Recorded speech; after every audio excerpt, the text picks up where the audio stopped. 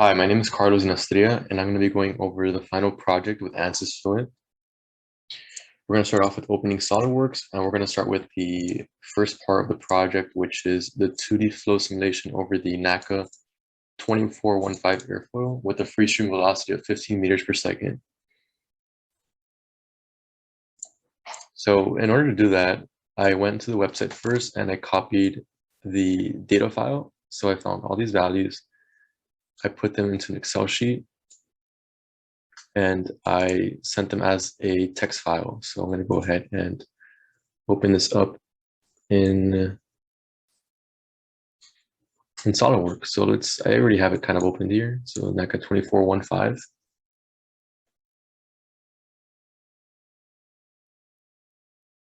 And this is the airfoil, as you can see. Let's flip this around. So this is at a different angle of attack. Let's change this to a 0-degree angle of attack. So we're going to select first surface plane sketch. And let's change this to 0 degrees angle of attack. Center rotation. So 20 or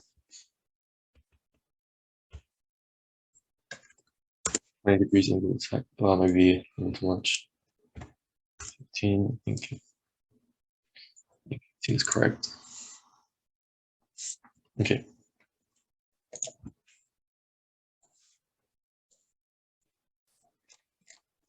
Delete this.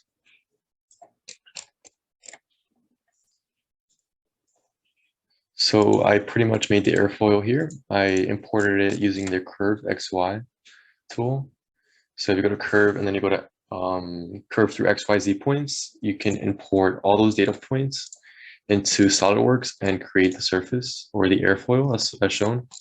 And then once you create it, you're going to exit out of the sketch and it's going to create this body here. And that's going to be the airfoil that we're going to be analyzing. And in this case, I chose the wind tunnel to do my analysis. I just selected the appropriate inlet velocity that would translate to 10 meters or 15 meters per second free stream velocity in the test section. So once we do this, we're going to save this as a IGS file. I'm not going to save it because I've already done so.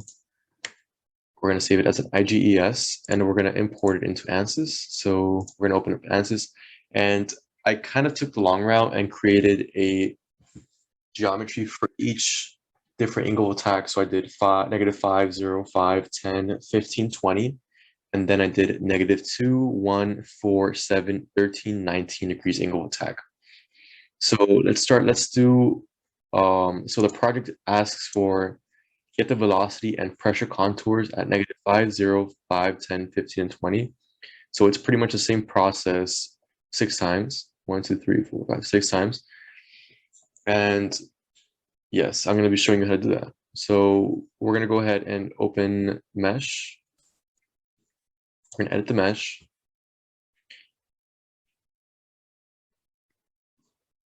I'm doing a angle of attack of 0 degrees, so you can see, so it's an example. And so you can see what I've done. Let's go ahead and close. Actually, it's not closed that yet.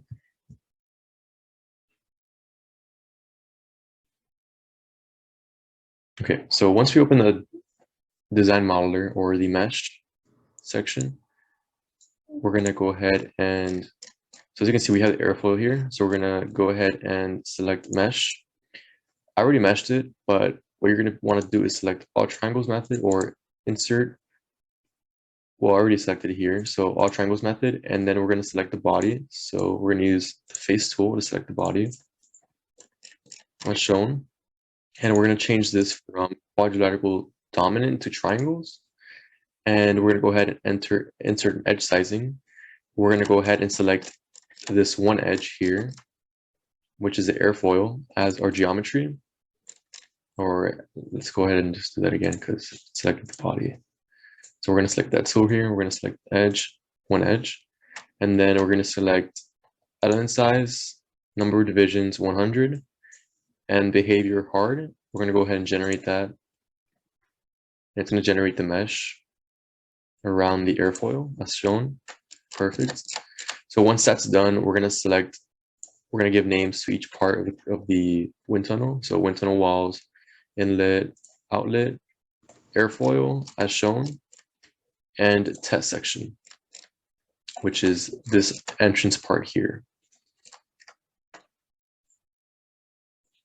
So once we've done that, we're gonna go ahead and close the mesh. We've already meshed it. We're gonna go ahead and update it. We're gonna update the mesh.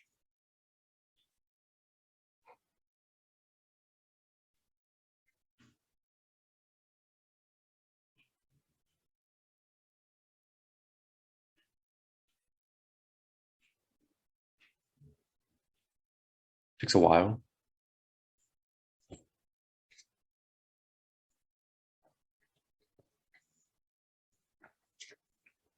Once that's done, we're gonna go ahead and set up, edit, and we're gonna, yes. We're gonna select double precision and display mesh after reading, and we're gonna change to solver processes as 2. We're gonna start that.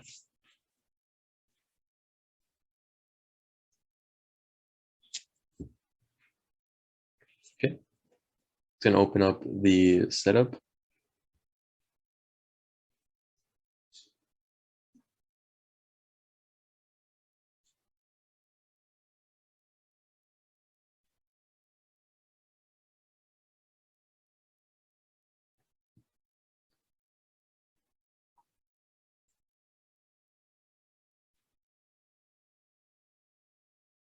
Okay, once that's done, as you can see, we have the mesh here. Now we're gonna go ahead and select the models, so energy is gonna be on.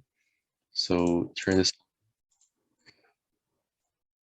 and we're gonna select viscous right here. We're gonna select the K-Upsilon 2 equations, realizable, enhanced wall treatment, and pressure gradient effects. Okay. It's done with that. Materials, that's just fluid, and it's gonna be at the right. 1.225. Perfect. Cell zone conditions, that's fine. Boundary conditions is important. Make sure that you select the proper velocity.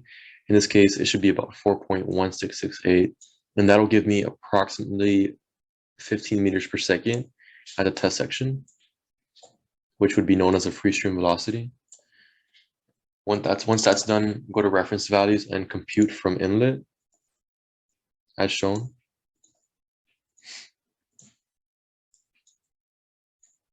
Report definitions, we're gonna have lift force, lift coefficient. So we're gonna initialize this. Now we're gonna run a calculation.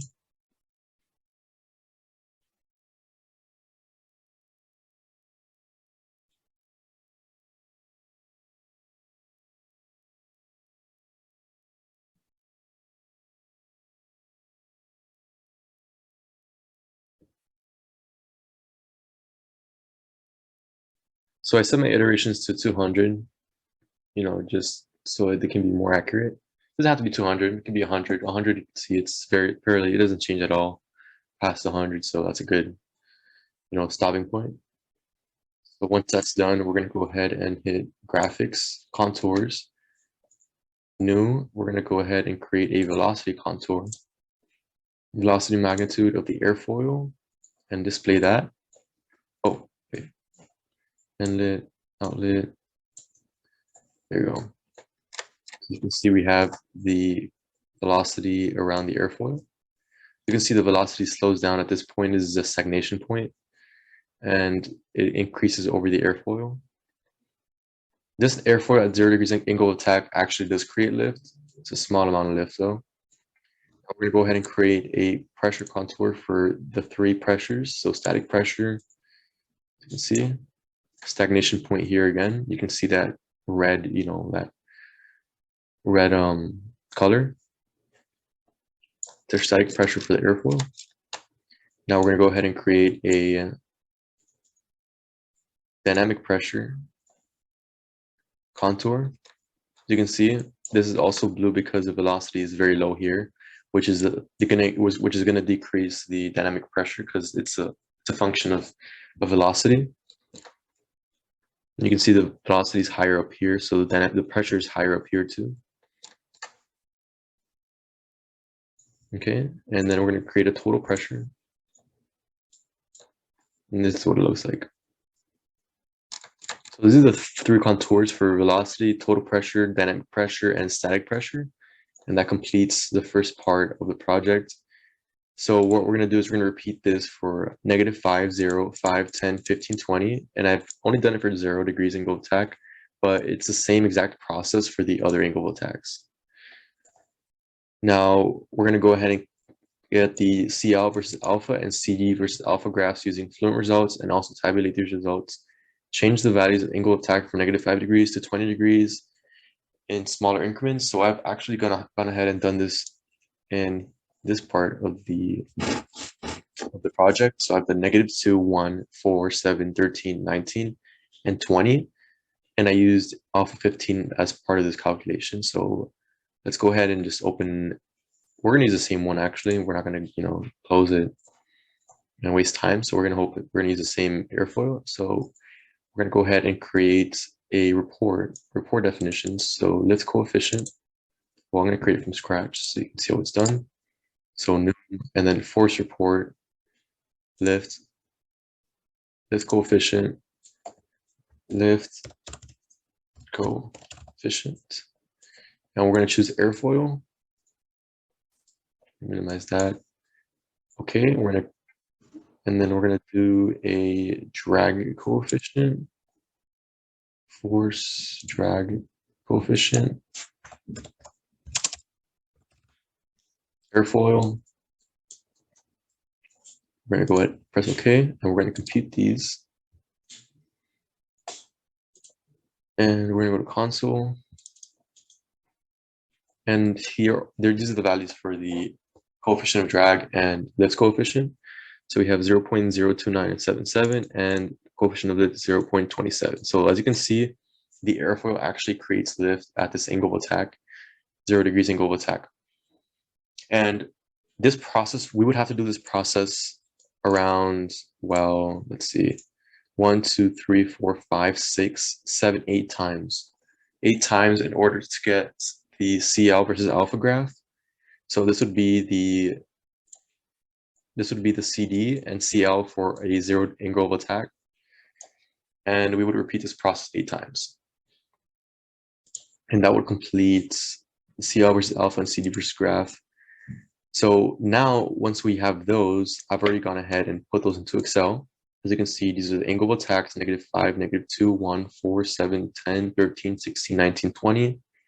CL, CD, lift, and drag. And it's very simple to create a graph. So we just go like this, insert recommended charts, and right here, that's perfect. And that's our CL versus alpha. As you can see, at 0 angles of attack, we have we have creating lift, and towards around, I would say like 16 degrees angle of attack, we start seeing a stall, and we start losing some lift past that. So the optimum angle of attack would be, a little before 15 degrees on the chart, or, just in the airfoil itself. So that's perfect. And then we would go ahead and do the same thing with CD. Let me see.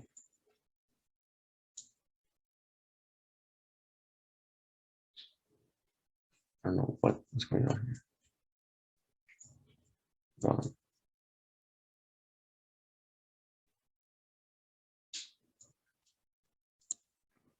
Okay, it's fine. So CD would be,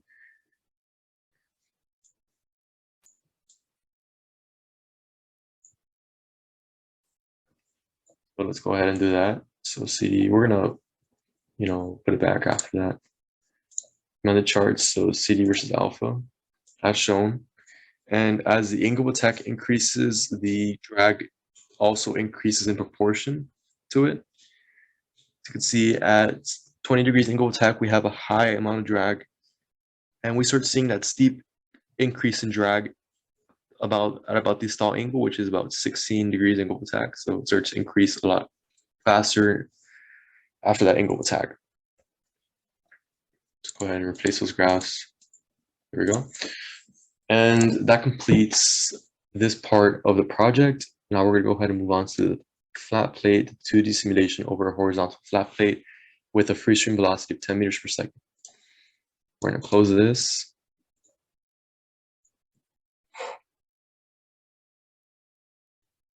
Okay, so I've already created a workbench for this one. So geometry, let's go to the geometry and design modeler. So it's fairly simple. I created the flat plate using the same exact model, the wind tunnel. I got rid of the airfoil. Let's go ahead and just show how it's done. So sketch, just remove the airfoil, and then also get rid of this too. Okay, perfect. So now we're gonna go ahead and create our line. So we're gonna choose this part here. Perfect. And then we set the dimensions. So the dimensions have to be 6 inches by 0.1 inches. So we would do that as so. Smart dimensions, 6 inches would be 0.1524 meters.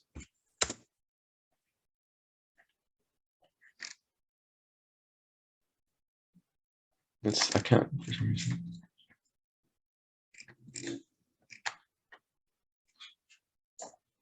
And this would be 0.1 meters or 0.1 inches. Let's see, 0.1 inches to meters.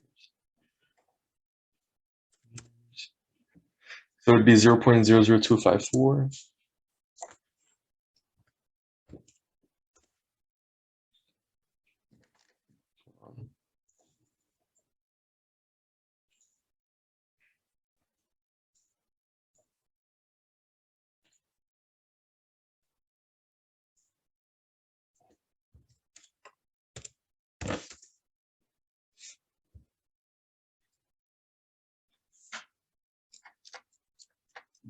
That's not correct. Oh, it's because this is in millimeters, I believe. 0.1 inches.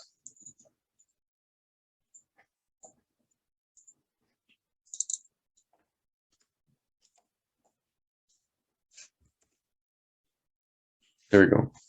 So that would be the flat plate. And we would just do the same exact thing. We would export this as an IGES file into ANSYS Fluent. So we're gonna close this, don't save. So as you can see, we've already done so. We have it here. The flat plate is created here, as you can see, and it's inside the wind tunnel. So we're gonna go ahead and close that, and we're gonna go ahead and open up the mesh. We're gonna go ahead and edit.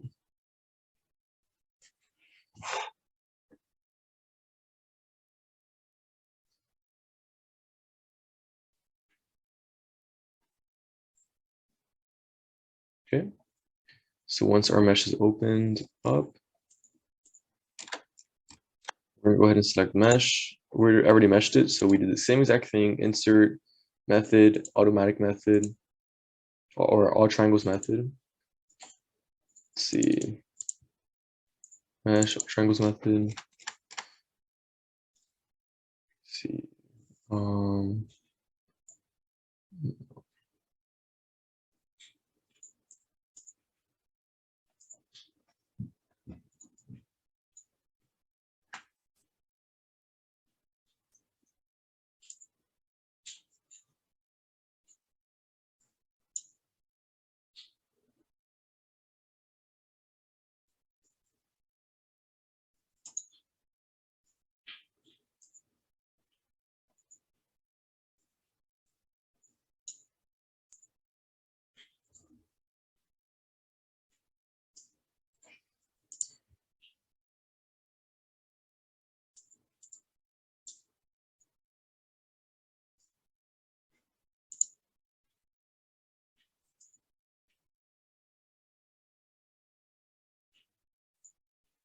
let's go ahead and close this again and open it back up.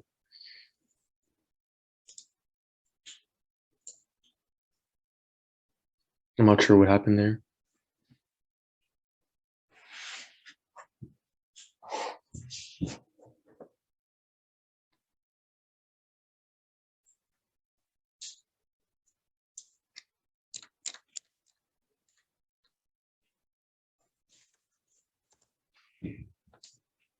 I'm not sure why I can't see the mesh with the preferences.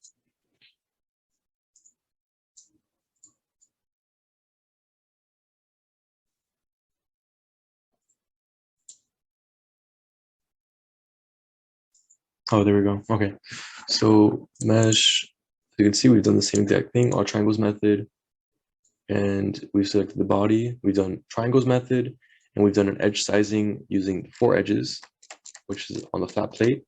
We've done a number of divisions and hard for the behavior as shown, and we've just created the mesh. And as you can see, it meshes it pretty like roughly around the edges, and that's going to be reflected in our contours.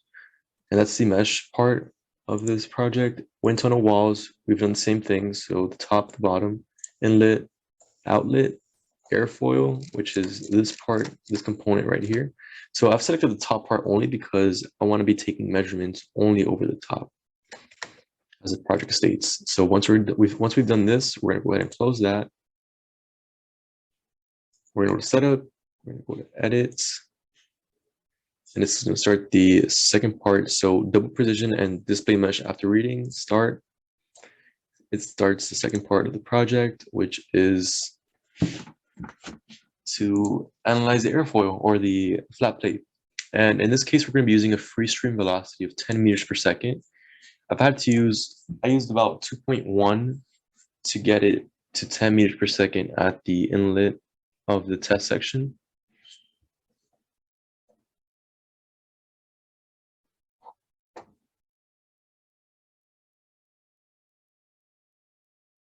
Okay, let's go ahead and close this one. There we go. This mesh is displayed perfect. So models, same exact things as before. Energy on, perfect. Cell zone conditions, fluid, materials, fluid, air, boundary conditions. So this is where it's important to play around with parameters. We're going to use 2.667 for velocity magnitude, and that gives us roughly 10 meters per second free stream velocity at the test section inlet. Very close to it. Reference values, we're going to reference everything from inlet. Report definitions, lift coefficient, lift force, drag coefficient. We're going to go ahead and initialize this. And once that's done, we're going to go ahead and run calculation. So the first part of the project says get the velocity contour zoomed in on the surface of the plate together with the velocity vectors. So let's go ahead and start doing that. Once this finishes, it's going to take a while. I set it to 100 iterations, so it finished. So okay, perfect. So now we're going to go ahead and do the first part. So graphics, contours. Let's create a new contour so you can see how it's done. So velocity magnitude at the airfoil. Save display. Well, we're going to do this.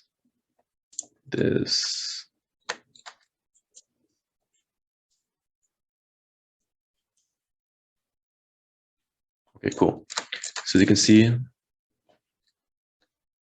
this is the velocity.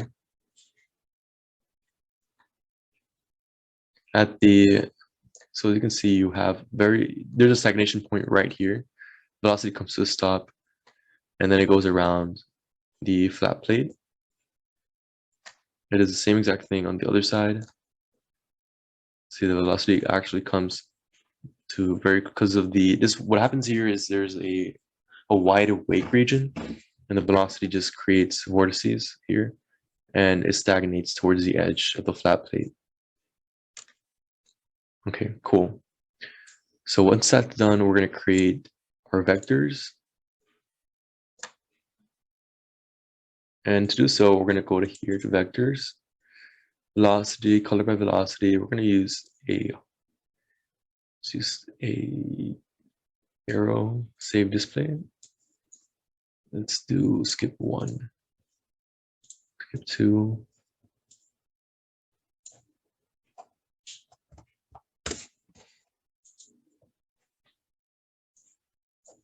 Okay, cool. So as you can see, this is how the velocity travels. So skip 3. There we go. So actually, hold on. Skip 2. So this is how the velocity travels around the flat plate. It comes to a stop here, and then it goes around the flat plate towards the edge. You can perfectly see these vortices. So the velocity comes, and then it starts to circulate around here, and it hits the wall, causing a stagnation point. So these points right here are stagnation points, and they create high levels of drag on the surface. So that's the first part of the part 2. So now it's asking for the variation of local skin friction with respect to local Reynolds number on the flat plate using simulation results, and compare with theoretical one by plotting them on the same graph. Okay, so variation of local skin friction. So we're going to go ahead and create an XY plot. So I've already gone and created here. So edits. So in order to do so, we're going to go ahead and create wall flux. So we have the skin friction coefficient here and the custom field functions REX. So we're going to create this custom field function in order to compute our Reynolds numbers. So we're going to go to user defined, custom field functions. We're going to go ahead and select, no wall fluxes. It's going to be mesh x coordinate. So x coordinate times r velocity, which is 10 meters per second, times r density, which is times 1.225, divided by our kinematic viscosity, which is 0.1234. I have it saved here in Excel. It's 1.7894. Wait. 17894. Perfect. We're going to select that. We're going to save it REXX. REX is fine. Define, and we're going to go ahead and close that. And I've already done here, so I'm not going to go ahead and just do it again. We're going to unselect these points 1, 0, wall fluxes. We're going to look for skin friction coefficient, custom field functions REX, and we're going to go here to Airfoil and plot that. So that's our Reynolds number with respect to local skin friction coefficient. As you can see, go ahead and close this. Hold on. Reference values. Okay.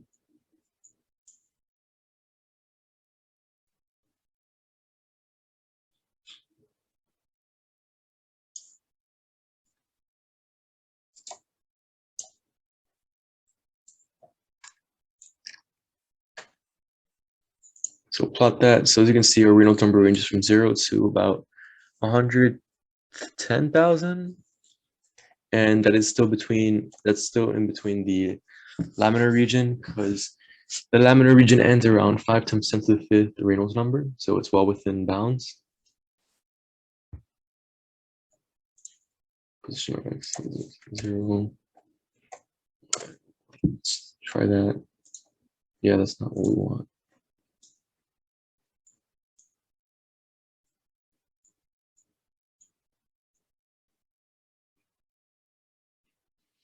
Okay, so now we're going to go ahead and load file.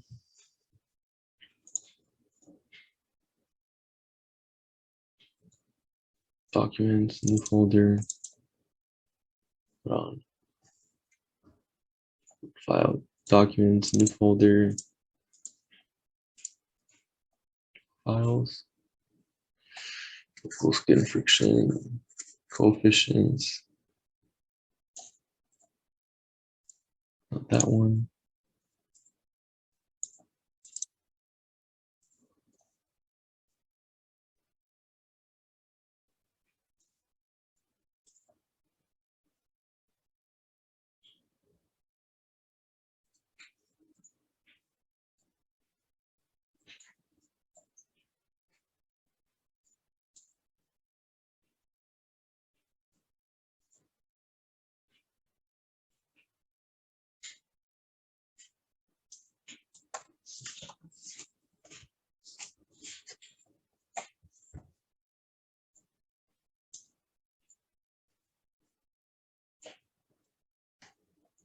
And there we go. That's what we get using our simulation results.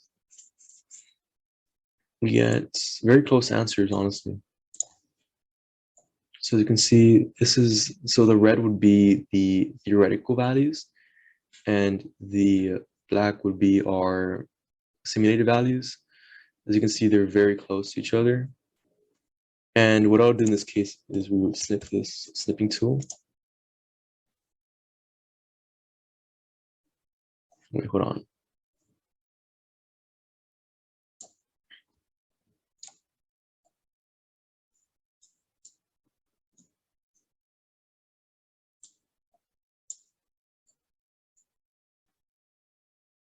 Load file, let's do this again. Documents, snip folder.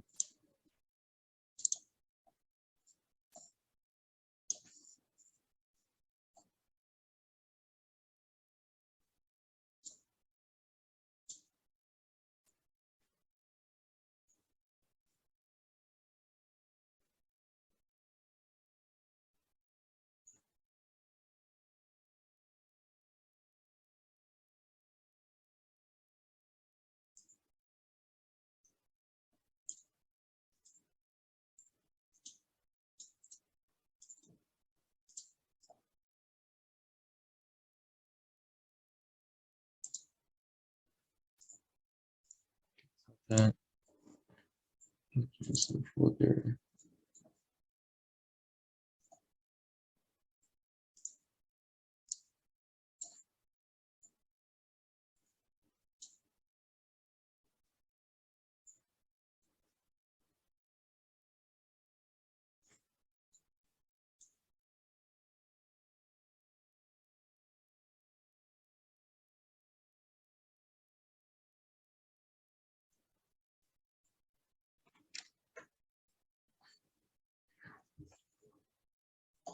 Okay, so essentially what we would do here is we would go ahead and create, so as you can see, we don't have the right files here.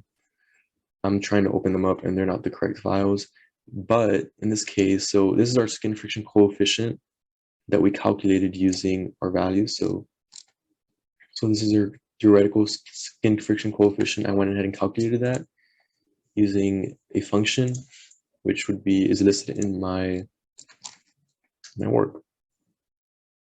So this is what our coefficient of friction versus RE would look like. So I use a coefficient of friction of 0.664 over square root of Reynolds number. And using this, I calculated the coefficient of friction at every point respective to the Reynolds number. So what we would do is we would go ahead and save this as a data folder, a data file. And we would go ahead and import this into Excel. And that would give us the coefficient of friction for our case. As you can see, it looks very similar to this one. I already computed it here, so it looks, just like this. So again, we would go ahead and create a data file as so. And we would go ahead and save that and import it into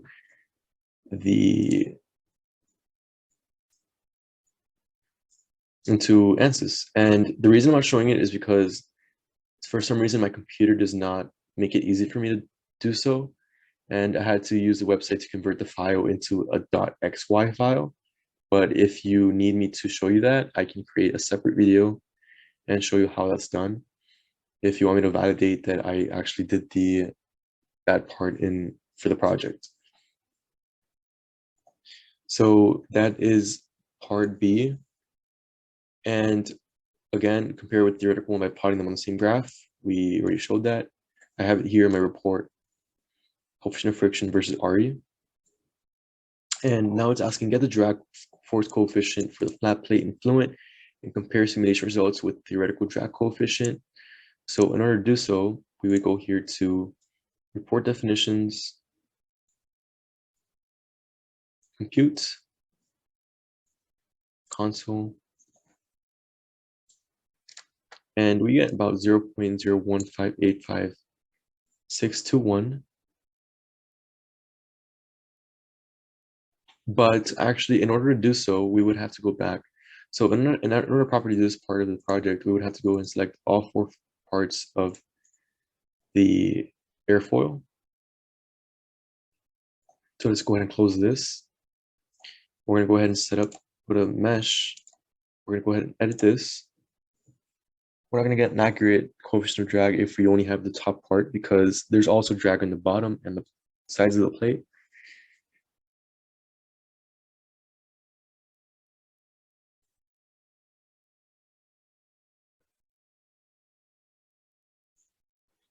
Okay, so name selections, airfoil, we're gonna go ahead and select box select. We're gonna select all these edges here, apply 4 edges, and we're gonna go to leave that. And now we're gonna go to setup, or we're gonna go to edits, updates.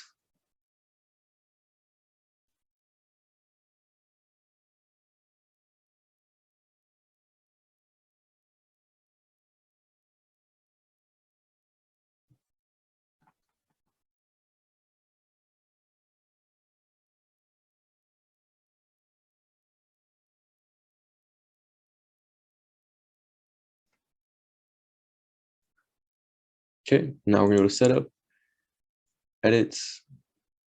Okay, yes.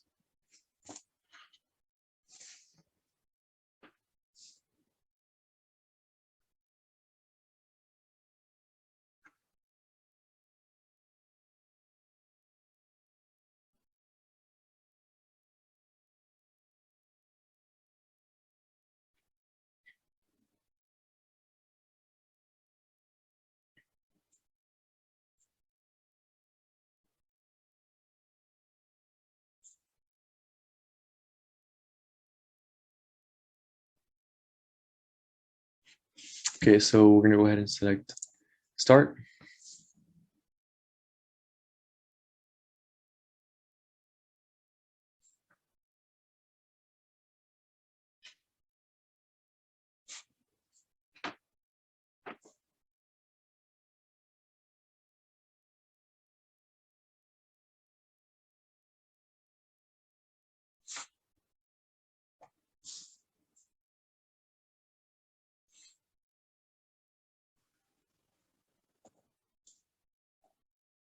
Perfect.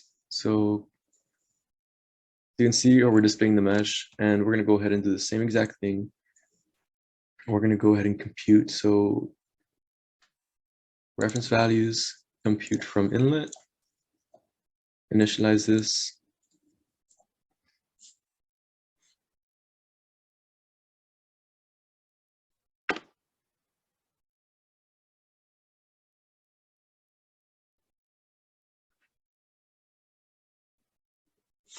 Now we're gonna run calculation.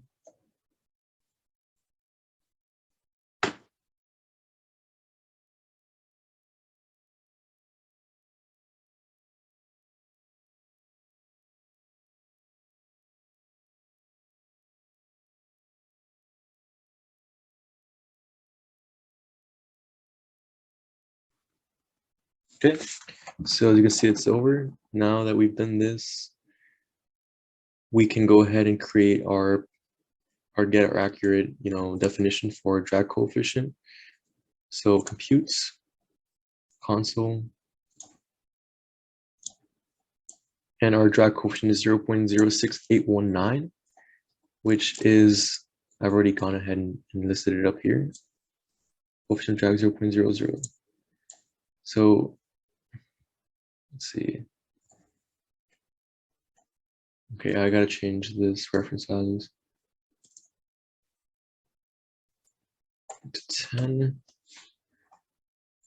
Let's go ahead and recalculate this.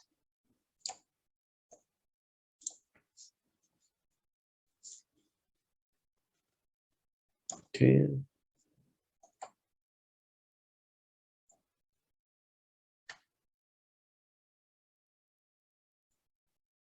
Which is, okay, so there you go. And this is exactly what I got using a theoretical 0.04851. And when I went ahead and calculated using theoretical, I got 0.00411, which is very similar. It's off by a small amount. And yes, that's the part for this. That's part C of the project, and I've gone ahead and mentioned this.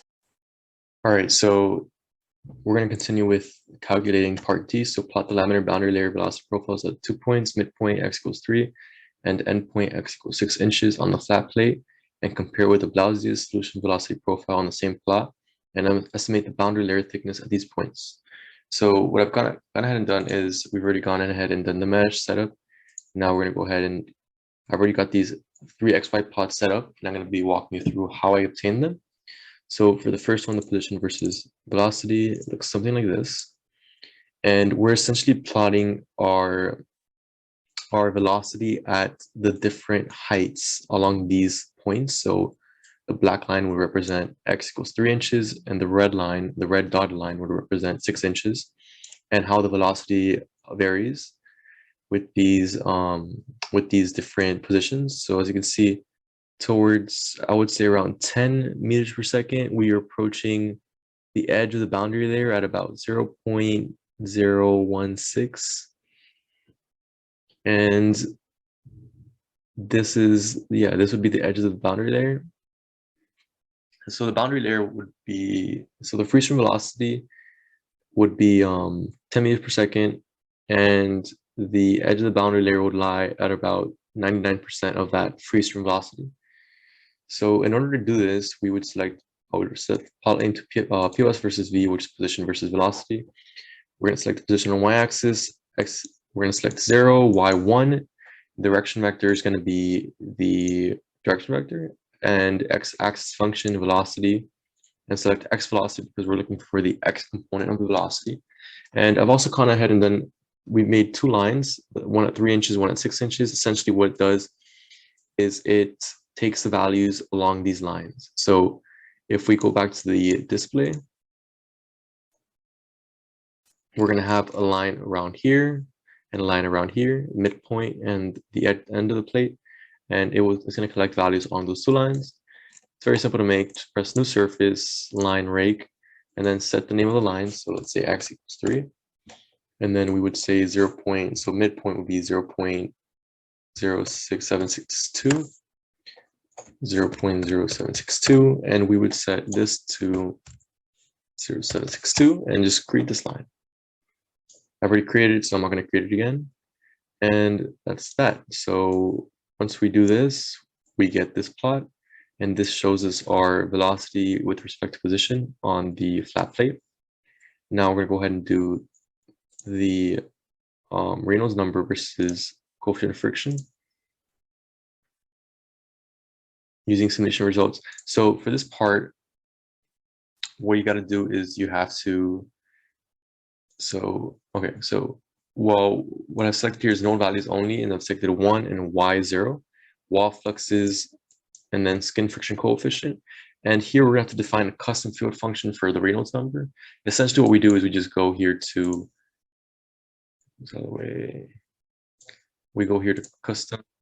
custom field functions, and then we're going to type in the Reynolds function, and that would just be, so that would be our, let's see, so it'd be, we'll select mesh, and then we would select x coordinates. So select that.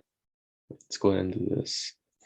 Select this, and then times our free stream velocity, which is 10 meters per second, times our density 1.225, and we're going to divide this by our viscosity, which is 0.12341798, and that would define our Reynolds number. And that's exactly what we'll do for this plot. So we go here to edit.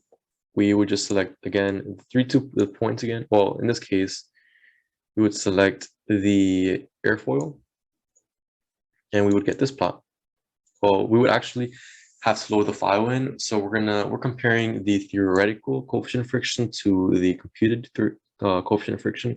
So I've gone ahead and done this in Excel. I've just created the function using, the coefficient of friction formula, which is listed in my report as 0.664 over the square root of Reynolds number. And if you create an Excel function and you just create that there, and then you can calculate the coefficient of friction at every Reynolds number, we would save this as a file and we would import this to ANSYS. I've already done this. So load file, all files, it would be CF versus RE, and then it would look like this. So it does, at first it's very similar and then it varies with Reynolds number. Now for the last part, the XY, this is going to be our Blausius solution.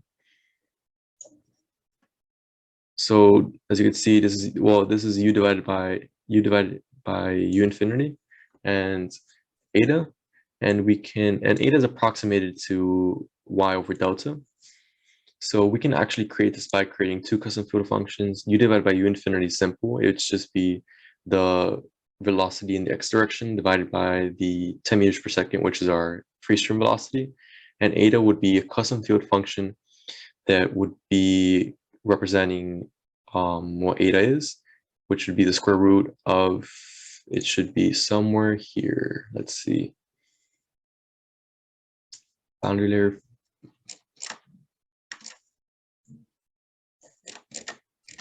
Okay, we're going to be able to find it here. So eta, where's eta?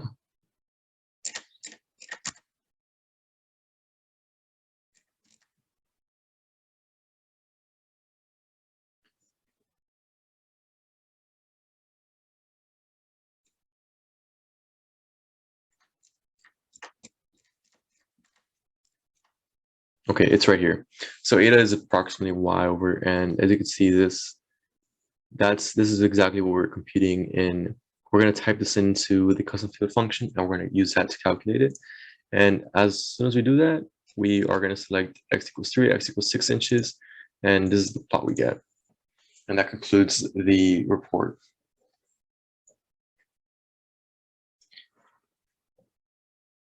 Oh, and I forgot to mention actually, the last part wants tabulated values. So for this part, where it says compare with the theoretically found boundary layer thickness in tabulated format, so you can just use the displacement formula, which is also in the lab notes. Let's go back to them. So we would use this right here, or wait, not that. Let's see, it should be somewhere here. So this right here, and that we can find the Blausius solution to our boundary layer thickness.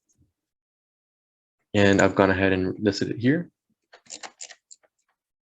Down here, you can see the values for the x equals 3 and x equals 6, and you can see the varying results and what I use to calculate them.